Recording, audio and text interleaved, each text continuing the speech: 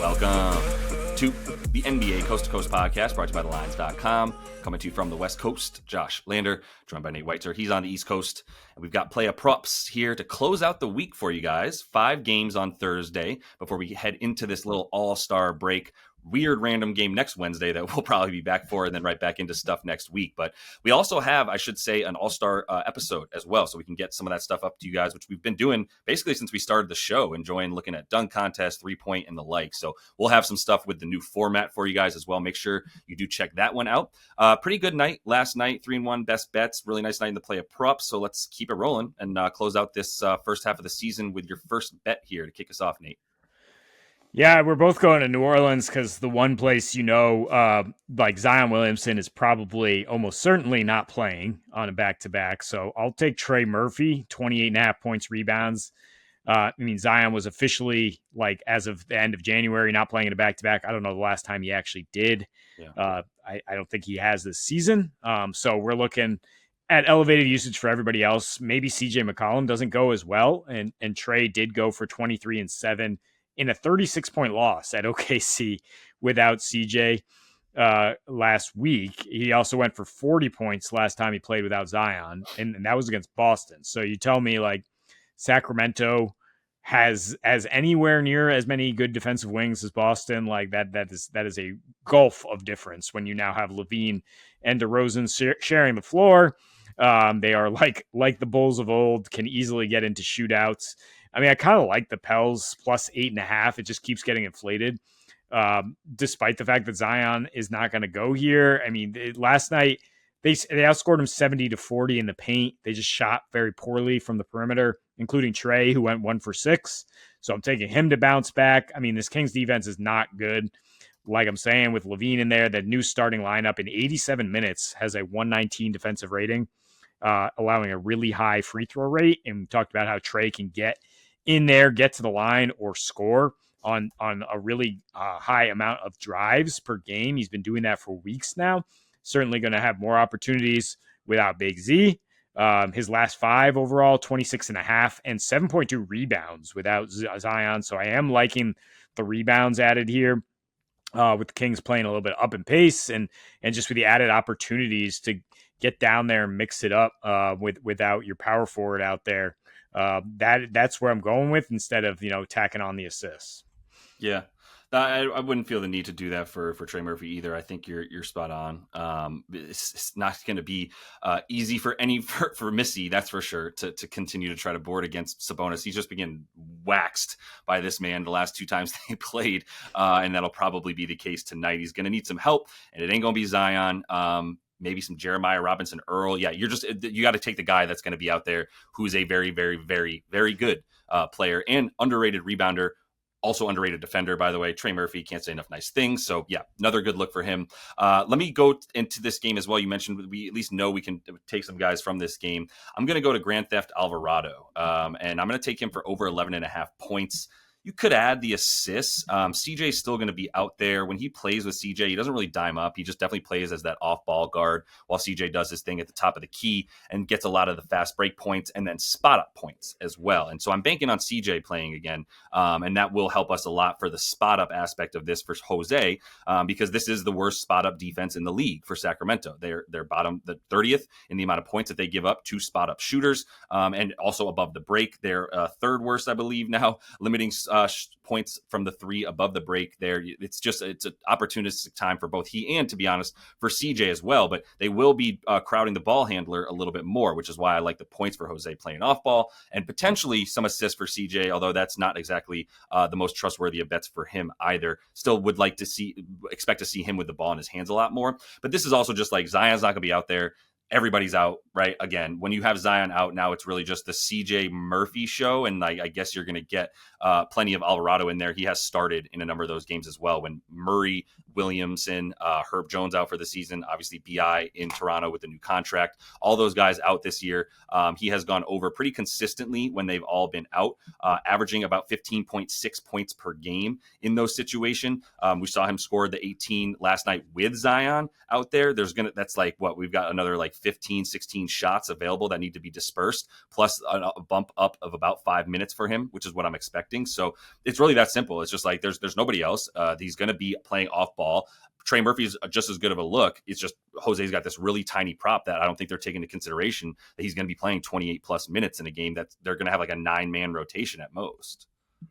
Yeah, I could see CJ McCollum not playing in this one and it just being, a total like scrap pile for the Pels. Carlo Matkovic, perhaps, and we go that deep and take some sicko props here, and then maybe the Kings respond in kind and rest a couple guys. Like it is truly going to be a last minute type night here with the injury report.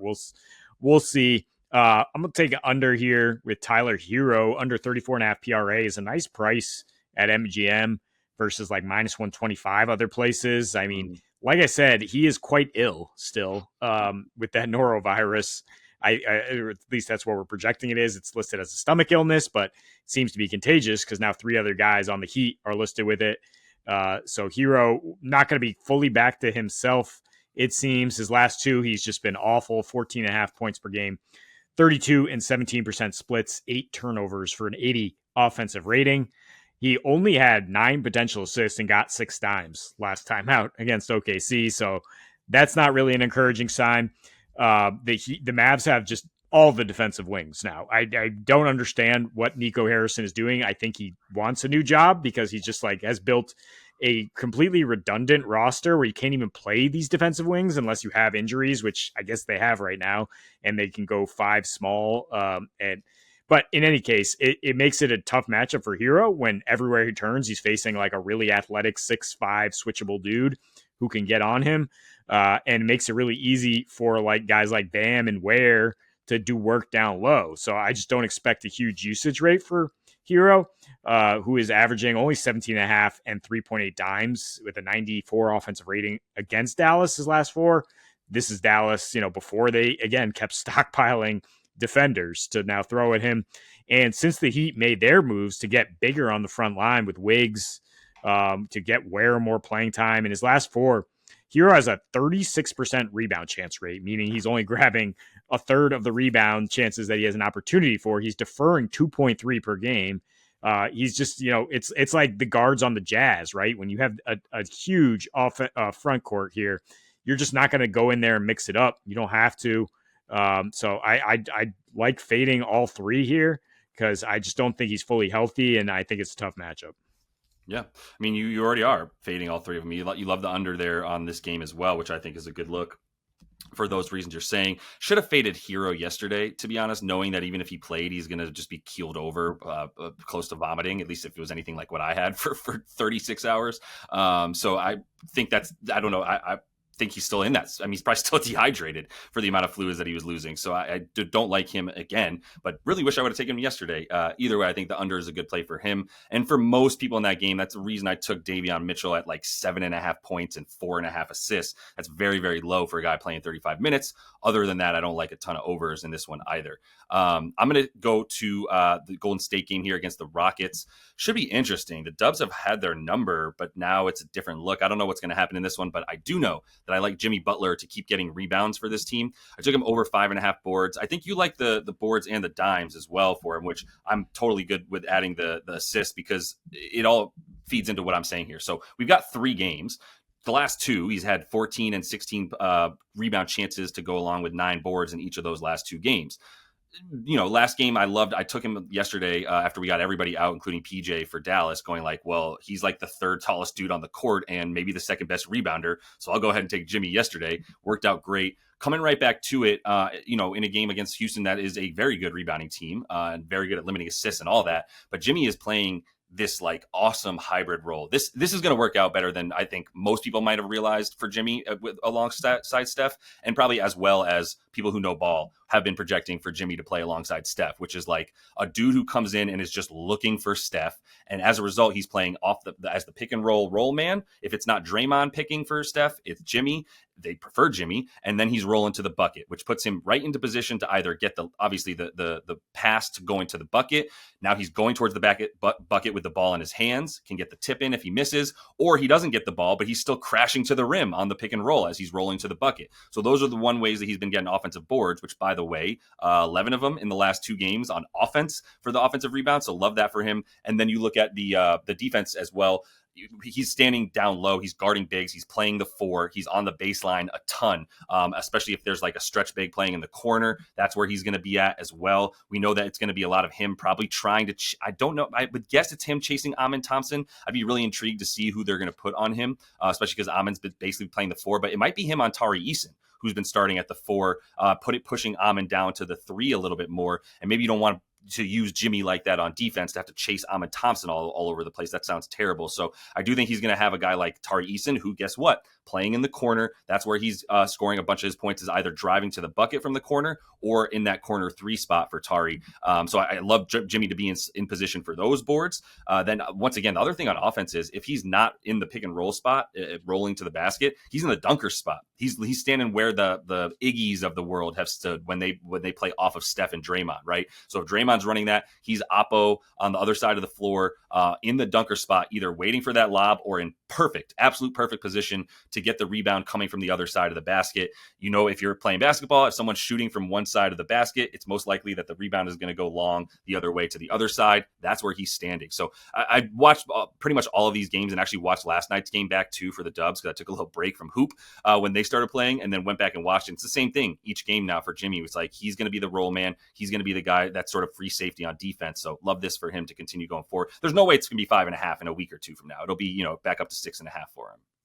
Yeah, another one that depends on the injury report to a degree. Like, I mean, if all 3 guys go with Steph and Draymond and Jimmy, like, I still like it. If any of these guys, if either of those guys sit, I like it even more. And Jimmy plays, because he's only played thrice with the Dubs. He played 6 times with the Heat in January, but like with 0 effort. And yeah, he's leading the team in touches in these last 2, like facilitating from the elbow, like you're saying, highest assist to pass ratio on the team.